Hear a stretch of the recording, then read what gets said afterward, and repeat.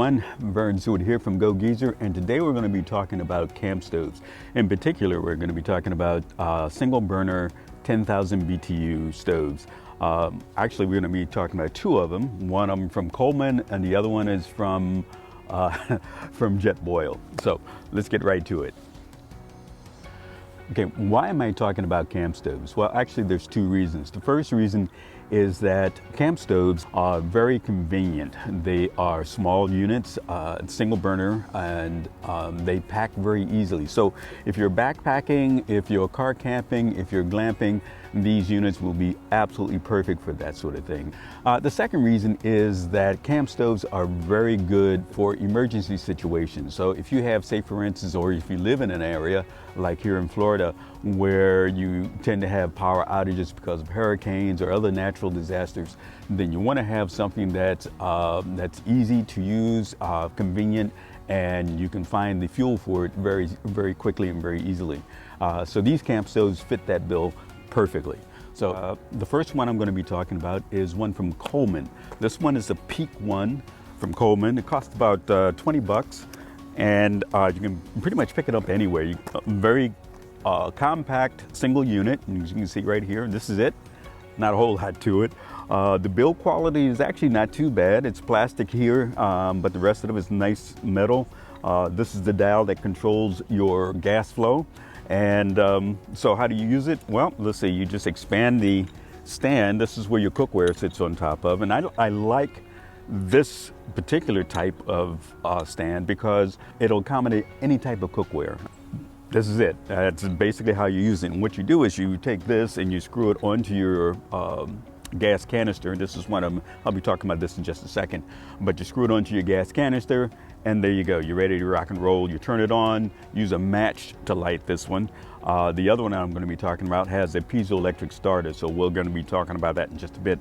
And there you go. You just use it, and then once you're done, you turn it off, and there's nothing else to it. So I like this one because, again, it's very convenient, something that you can keep in the house. It's a little heavy if you're really weight conscious. If you're backpacking and you're looking for something that's going to be as light as possible, this one's just a tad under 8 ounces. So this one's a little on the heavy side compared to the other one, Peak one from Coleman. On the other end of the price range is this one from Jetboil. It's called Mighty Mo. It's a very nice unit. It comes in this nice little sack. And the first thing you'll notice is that there is a nice little plastic stand. Okay, and that's the stand. And what happens is you take your gas fuel and you mount it here on the stand. Right. Now this is nice. I really do appreciate the stand because if you have cookware that's on the heavier side, then you want something that that will accommodate the weight and not tip over. But anyway, this one comes with a nice stand and it attaches. And so let's see what the Mighty Mo actually looks like. And this is the unit right here. It comes. It's very compact. It's almost all metal. This piece right here accommodates the piezoelectric starter. And you can see right here this little white thing that has a little metal sticking off of it. That, if you press the little black button here, you probably can't see that, but it gets a little spark. And when you have gas going, that little spark is enough to get the gas ignited, and you're ready to rock and roll. So this is how you set this one up. You pull out the stands like so, and there we go. And that's it. Okay. Now, as I had mentioned before, I did like the way the cook surface on the Peak one. I did like the Peak one a little better. You can see how wide the gap is here. And so if you have cookware that has a little small bottom like this one's from Stanley, and it's a 2-person cook set, but you can see I can just barely get it on there, and it looks a little precarious. And versus, say for instance, the Coleman, which you can just sit right there and you got no problem. So The other thing that I like about this is it is extremely well built. This is designed to be used in any sort of rugged environment. This one also says it has a simmer option. I'm not sure what really that means, and I guess that means you can control the level of gas, which I can do with this. So I'm not sure if that's just a advertising gimmick or something, but as I said, this is on the other end of the price range. This one's about 20 bucks. This one's about 80. And again, it comes with the stand and the little sack. With the stand and the sack, the whole shebang here comes in at under 4 ounces. So if you're weight conscious, as you're looking to backpack and you want to have the lightest possible unit, this is one that you might want to opt for as opposed to something like this. But again, that's your choice. So Mighty Mo from Jetboil, the Peak one from Coleman. So how do they operate? Let's get right into that right now. Okay, to set these up, it's very simple. All you do is you screw the stove onto the canister, like so, and there you go. That's ready to rock and roll. And the same thing with the Coleman. And again, you don't have to tighten it down very tight, but that's it. Piece of cake. So I tell you what we're gonna do is we're gonna test these two units to see which one boils water quickly. So what I'm going to do is I'm going to take my Stanley 2-person cook set. These are very nice, actually. It comes with 2 cups / bowls that you can use for drinking coffee, eating chili, whatever. Very nice, very convenient, very compact. This is stainless steel, so you don't have to worry about anything, and works great. So what we're going to do is I have 2 of them. One I borrowed from a friend of mine. And what I'm going to do is fill both of these with 12 ounces of water. And once we get them filled, we'll turn these on and see which one heats up first. Let's get to that.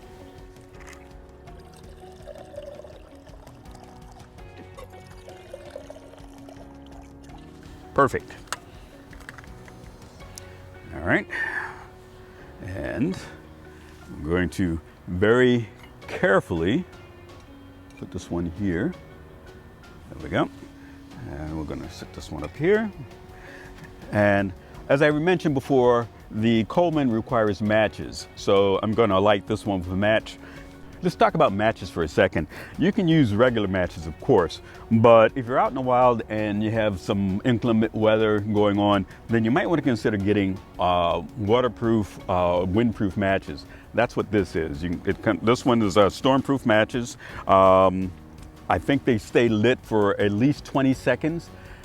The interesting thing about these is that this is a strike surface here. This is what gets the whole shebang going. This orange area here is what stays lit regardless of what you do. You can sit it on the ground, you can blow on it. It will not go out until the orange area is completely consumed. So you want to be very careful when you use these. You don't want to, once you get your stove lit, you don't want to just toss it away because it's still going to be burning. So you wait until the orange area is completely burned before you discard this match. Okay, so I'll show you that right now. And strike, you can see here, okay. Okay, the stove is going, and now that's gone, that's out, and I can get rid of this now. But don't do it until that orange area is completely consumed. I'm gonna go ahead and do this one too. There we go. Okay. All right, so both of these are cooking. Turn that up a little bit. Turn this up. All right. And so both of these are cooking. So let's set a timer and see how long this takes, right? Cool. Okay, I got my timer going. I'm gonna go ahead and put the caps on. And what I'm gonna do is wait until I see steam coming out of the out of each one of these pots.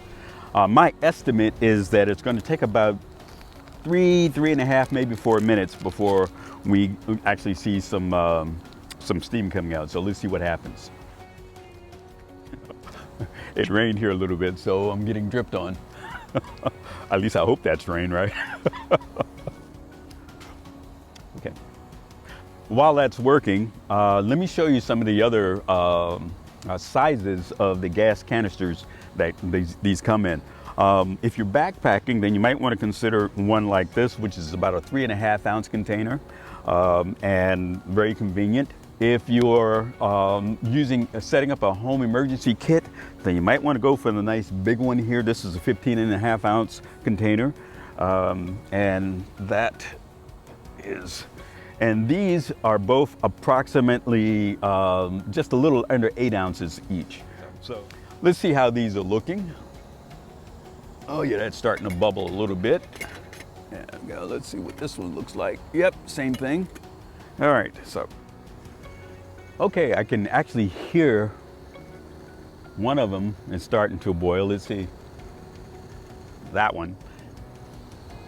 I can hear a little bit on this side too. So we should see some steam coming out of this one just a bit. Take the top off. Yeah, that one's ready. Let's see what's going on here. Yep, that one's getting close too. So we'll see some steam coming out, and then when the steam comes out, we'll turn it off, and I'll check the timer and see what we got. That one's actually starting to boil a little bit. You can see it rocking. There it is. Can you see the steam? Yep, that one is just about, that's got to be boiling. Yeah, so I'm going to go ahead and turn that one off. There. Let's see, this one should be not too far behind it. There it is. Okay, there it is. So we got some steam coming out of that one too. And yeah, there we go. All right. So go ahead and turn that one off. Okay, this one took about 4.5 minutes to get up to steam. This one took another 1.5 minutes, so we're talking about 6 minutes for this one to get up to steam. Okay, all right, so to recap, we have on this side here, we have the Jetboil Mighty Mo from Jetboil. It's a nice compact little unit. It goes for about 80 bucks, and it's very sturdily built. Has a piezoelectric starter, and comes with a stand, a nice little sack to put it all in, and it's a great little unit. Nice for backpacking. It comes, if you're backpacking, we're talking about a little bit under 4 ounces, so perfect unit for that. Over here, we have the Peak 1 from Coleman. Again, a nice little unit. This one's only about 20 bucks, but it works great. The build quality is good. It has some plastic, but I think that's not a problem, especially if you're going to use this as an emergency cook setup at home. You can also use this if you're going to do some car camping or glamping. You can also use this for that as well. So I have both of these units, obviously, but I think I'm going to use this one when I go backpacking. Obviously, it's a nice little compact unit, and it works very well. This one I'm going to keep at home for emergency use, and there you go. So I hope this was informative. I hope this is something that you can use. Oh, I tell you what, let's break these down so you can see what it looks like taking this apart, okay? One thing I did want to mention quickly is that when you unscrew these, when you're connecting and then disconnecting these, you don't have to worry about gas escaping. These are self-sealing canisters, so you can't refill these. This one has a little cap on it, but the cap is really nothing. I guess it's just decoration more than anything. But again, self-sealing.